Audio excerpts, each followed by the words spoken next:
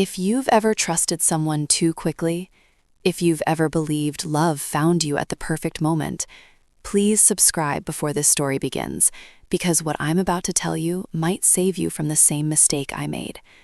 This is not just a vacation story. This is the story of how I lost $47,000, my trust, and almost my future, to a man who never even existed. And it all started in paradise. I booked the trip to Santorini 2 months after my divorce was finalized. White buildings, blue domes, sunsets like paintings. It was supposed to be healing. I remember standing at the airport gate feeling something strange.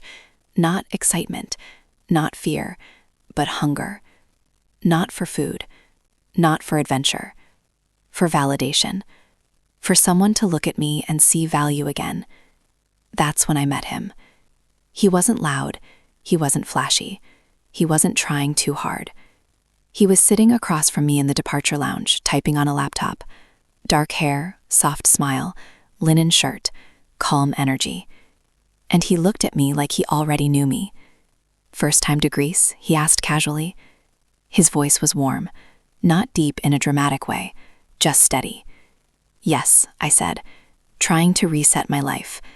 He smiled slightly. "Funny, me too." His name was Daniel. At least that's what he told me. The flight felt shorter than it should have. We talked about everything. Travel, broken relationships, starting over, dreams we never chased. He said he was a crypto investment consultant who worked remotely. He traveled often. He had no children. He loved photography. And somehow, he knew exactly what to say. He didn't flirt aggressively. He didn't compliment my body. He complimented my resilience. That was the first red flag I ignored.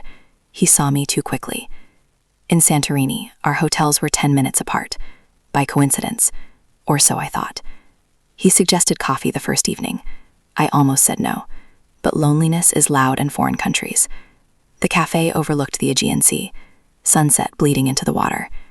He listened when I spoke. Not fake listening, real listening. He remembered details. He asked about my childhood, my fears, my insecurities. Most men don't go there on day 1.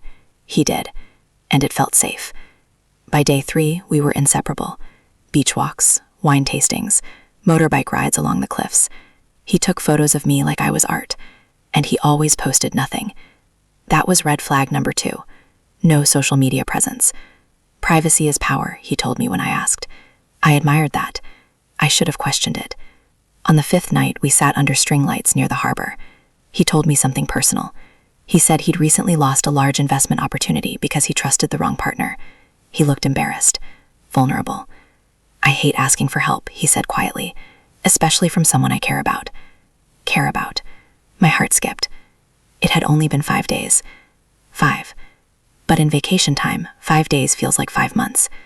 He never directly asks for money. That's what made him different. He talked about opportunity. He showed me screenshots of crypto returns, graphs, charts, numbers. He said he had access to a private pre-IPO digital asset that was about to surge. He wasn't pitching me. He was confiding in me. That's what I believed. "You don't have to," he said softly when I showed interest. "I don't want you thinking I'm using you." Reverse psychology. I didn't see it. I invested $5,000 first. He helped me create a wallet. The platform looked real, professional, secure, clean interface. Within 48 hours, my balance showed $7,200. I was shocked. He shrugged casually. "I told you." That was the hook. By the end of the trip, I had invested $18,000, my savings, money from my divorce settlement, but the platform dashboard showed $39,000. I felt powerful, smart, chosen. He told me he wanted to visit me in the States. He kissed me at the airport goodbye, soft, gentle, and he whispered, "This is just the beginning for us." 2 weeks later, everything collapsed. When I tried to withdraw my money, the platform said, "Withdrawal pending, verification fee required, $6,500. Daniel explained calmly, "Standard anti-money laundering clearance, you'll get it back." I paid it. Then came a tax fee, then a security unlock fee. Then the website went offline. Daniel stopped replying. His number disconnected. His email bounced. His photos? Stock images. His name? Fake passport. Every romantic moment was calculated, every touch rehearsed, every vulnerable confession scripted. I later discovered I was one of 14 women he targeted that summer alone, all recently divorced, all traveling solo, all emotionally vulnerable. I wasn't Daniel. He was part of a romance scam ring operating across Europe. And I wasn't in love. I was groomed. The worst part wasn't the money. It was the humiliation. Telling my family, reporting it, admitting I ignored signs. I replayed every red flag. The too perfect timing, the privacy excuse, the investment opportunity, the emotional acceleration. He didn't steal just my savings. He stole my ability to trust myself. But here's what I learned. Romance scammers don't look desperate. They look stable. They don't rush love. They mirror you. They study your pain. They become exactly what you need. And then they disappear when you're most attached. If you're watching this and someone you just met is talking about crypto investments, asking you to move money, suggesting private platforms, avoiding video calls with excuses, moving too fast emotionally, stop. Pause. Verify everything. Love doesn't require wire transfers. I never saw Daniel again. But sometimes when I look at sunset photos from Santorini, I don't see him anymore. I see the moment I chose hope over logic. And I forgive myself. Because loneliness is human. Trust is human. But learning? That's power. If this story opened your eyes, subscribe. Because the next story might protect someone you love. The message that said, "Stop digging," didn't scare me the way it should have. It clarified something. They were watching, not emotionally, operationally, which meant one thing.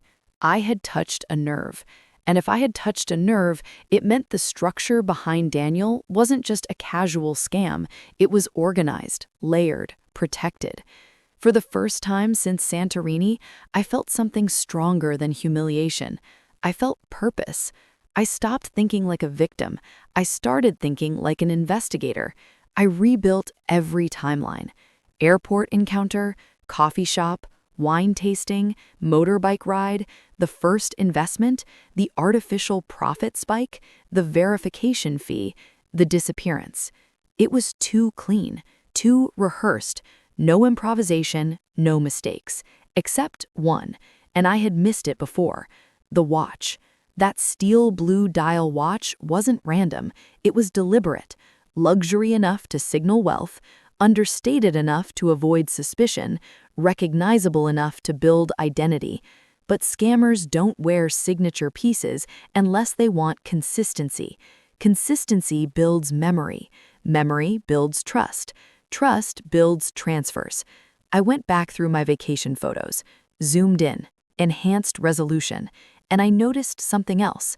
The yacht where he surprised me, the registration number on the side. I ran it. It wasn't registered to a private owner. It belonged to a rental fleet frequently used for influencer events. Meaning, the yacht date wasn't spontaneous. It was staged, pre-booked, pre-photographed, pre-scripted. I wasn't living a love story. I was placed inside a production. That realization did something strange to my mind. It removed the romance and replaced it with architecture. He wasn't charming, he was trained. He wasn't attentive, he was extracting. He wasn't vulnerable, he was mapping. And that mapping was the key, because every personal detail I shared became leverage. Weeks later, a breakthrough came from somewhere unexpected. An email from Alina again. Short. Urgent. They arrested someone in Prague. My pulse spiked. Attached was a link to a European cybercrime bulletin, a man detained for facilitating cryptocurrency laundering connected to romance fraud. No name publicly released, but one detail stood out. Recovered devices contained pre-written emotional engagement scripts categorized by victim profile. Victim profile. I wasn't random, I was categorized. Divorced, solo traveler, mid-30s to mid-40s, financially stable, emotionally transitional. Target tier, moderate yield. The words felt clinical, predatory, efficient, inhuman. I began to understand the true mechanism behind romance scamming. It isn't about seduction, it's about timing plus psychology plus infrastructure. Step 1. Identify emotional vulnerability. Step 2. Establish rapid intimacy. Step 3. Introduce shared future. Step 4. Tie financial opportunity to emotional bond. Step 5. Create artificial urgency. Step 6. Simulate profit. Step 7. Extract maximum possible funds. Step 8. Disappear or recycle identity. The system wasn't chaotic, it was refined, optimized, like a startup scaling conversion rates, except the product was deception. One night, I couldn't sleep. I replayed his voice in my head, and something hit me. He never talked about specific memories. He spoke in emotional generalities. I've always felt different. I value loyalty deeply. I believe in building something meaningful. Nothing concrete, nothing traceable. Vague language invites projection. I filled in the blanks myself. He didn't build intimacy, I did. That was the genius. Months passed. The financial loss hurt less. The ego bruise faded, but the curiosity stayed. How many identities was he using right now? 5? 10? 15? How many women were sitting in cafes somewhere in Europe believing they found destiny? And then something unexpected happened. I received a voice message. Unknown number, no text, just audio. I hesitated before pressing play. The voice was distorted, but recognizable. Curiosity can be dangerous. 3 seconds. That was it. No threat, no demand, just a warning wrapped in calm. And instead of fear, I felt something else. Closure. Because that message proved one thing. He knew I knew, and that changed the power dynamic forever. Romance scams survive on illusion. Illusion requires imbalance. One person believing, one person performing. The moment both people see the performance, the magic dies. I never responded. I didn't need to, because I wasn't chasing him anymore. I wasn't seeking revenge. I wasn't hoping for apology. I understood something more important. He didn't choose me because I was weak. He chose me because I was human.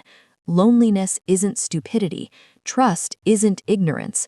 Hope isn't foolishness. They are human traits. He weaponized them. That's the crime. Today, when I travel, I still sit in airport lounges. I still drink coffee alone. I still believe in connection.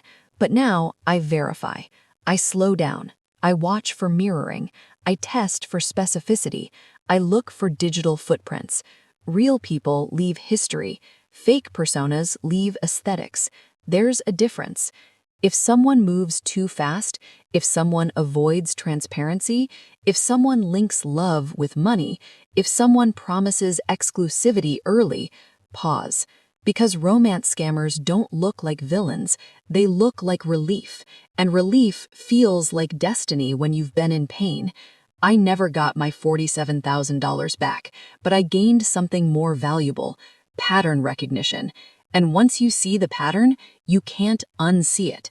Somewhere right now, a woman is landing in a beautiful country. She feels ready to start again.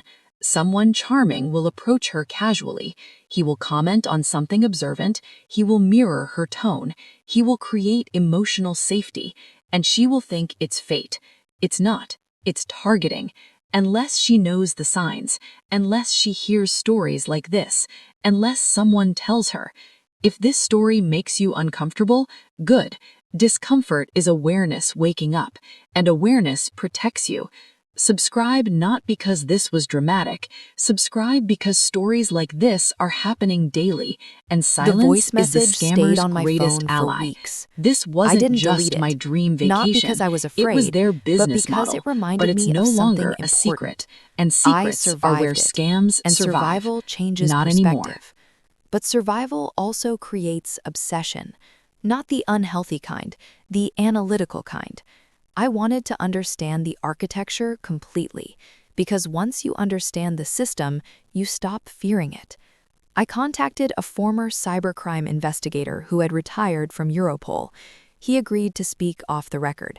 We met in a quiet cafe. Ironic, I know. I told him everything. Santorini, the investments, the fake dashboard, the Prague arrest, the warning message. He didn't interrupt once. When I finished, he leaned back and said something that chilled me. You weren't scammed by a man.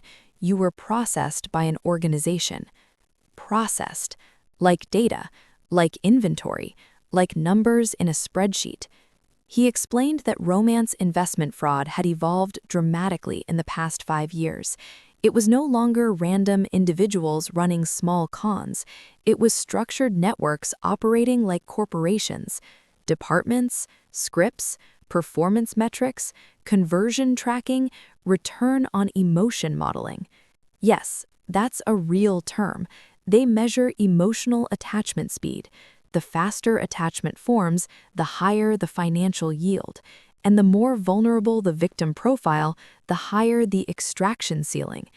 This wasn't love, it was analytics. He asked me something uncomfortable. Did he ever subtly test your financial boundaries before the investment? I thought back. Yes, he once mentioned buying a rare camera lens, but deciding against it because money isn't everything. He once casually asked what I thought about long-term investing. He once joked about how traditional banks are outdated. Small probes, soft financial philosophy conversations. He wasn't asking for money, he was mapping my comfort level around money, seeing if I was conservative, risk-tolerant, emotional spender, security-driven. That information determined how he would pitch. If I had been risk-averse, he would have framed it as safe, guaranteed, stable. Because I was open to new beginnings, he framed it as opportunity, adaptation, always adaptation. I asked the investigator if scammers ever feel guilt. He didn't hesitate. Rarely, because they never see you as a person. You're not a woman in Santorini. You're not someone healing from divorce. You're not someone trying to rebuild confidence. You're a profile category, a projected payout range, a case file. Dehumanization makes crime efficient. Weeks later, I received another unexpected message. Not from him, from someone claiming to be a former member of a romance scam network. Anonymous, encrypted platform. He said he saw my interview online. He wanted to clear his conscience. I didn't know whether to believe him, but I listened. He described training sessions. Yes, training. New recruits were taught how to mirror speech patterns, how to identify attachment style, how to accelerate intimacy, how to simulate vulnerability, how to introduce financial integration naturally, how to exit cleanly without emotional closure. They even practiced tone modulation, pausing before sensitive questions, softening voice when discussing trauma, leaning forward during first physical contact. Everything was rehearsed. Romance as choreography. He said something else that stayed with me. The hardest targets aren't wealthy women. It's women who recently went through identity shifts, divorce, widowhood, relocation, career burnout.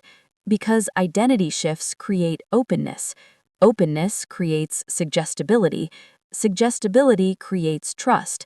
Trust creates transfers. It's not about intelligence, it's about timing. I asked the investigator if he knew someone called the architect. Silence. Then, that's not a person, it's a role. The architect designs scripts, updates storylines, tests emotional phrases across demographics, refines approach, improves conversion.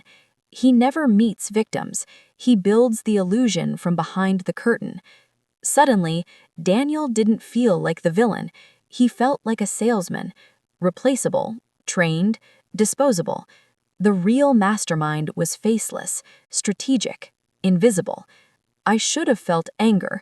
Instead, I felt clarity, because clarity removes fantasy, and fantasy was the last piece of him holding power over me. Months passed.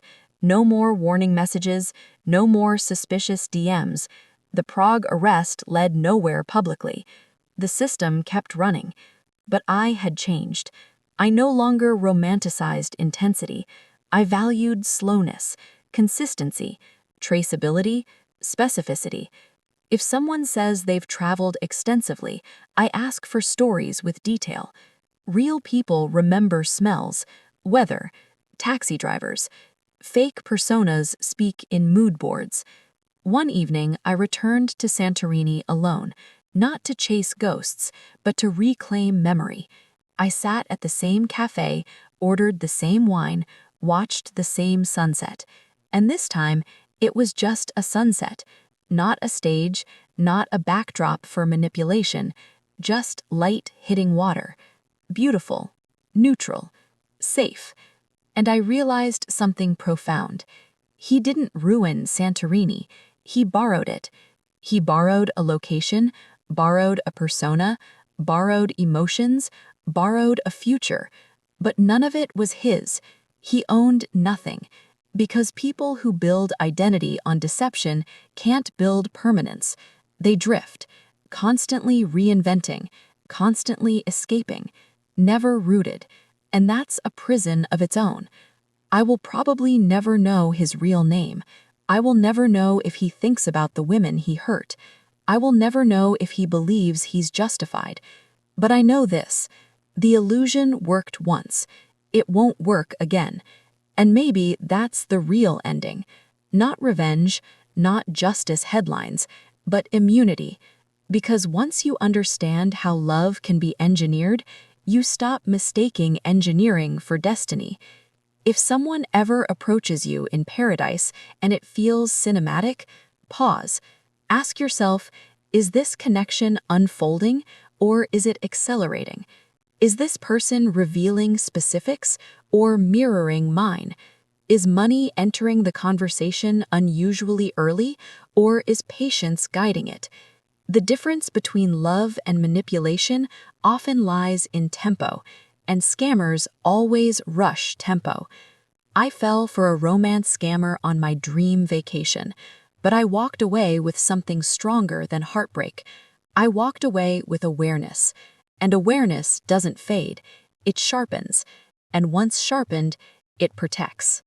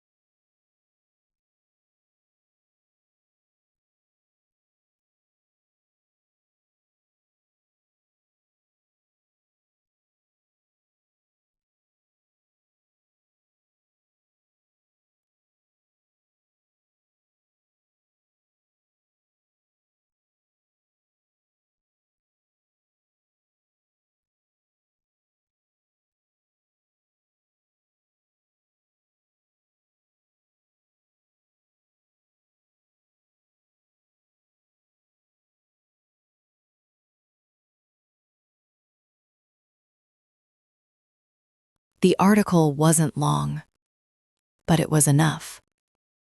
Authorities in Athens are investigating a transnational romance investment scam network targeting solo female travelers. My hand started shaking, because attached to the article,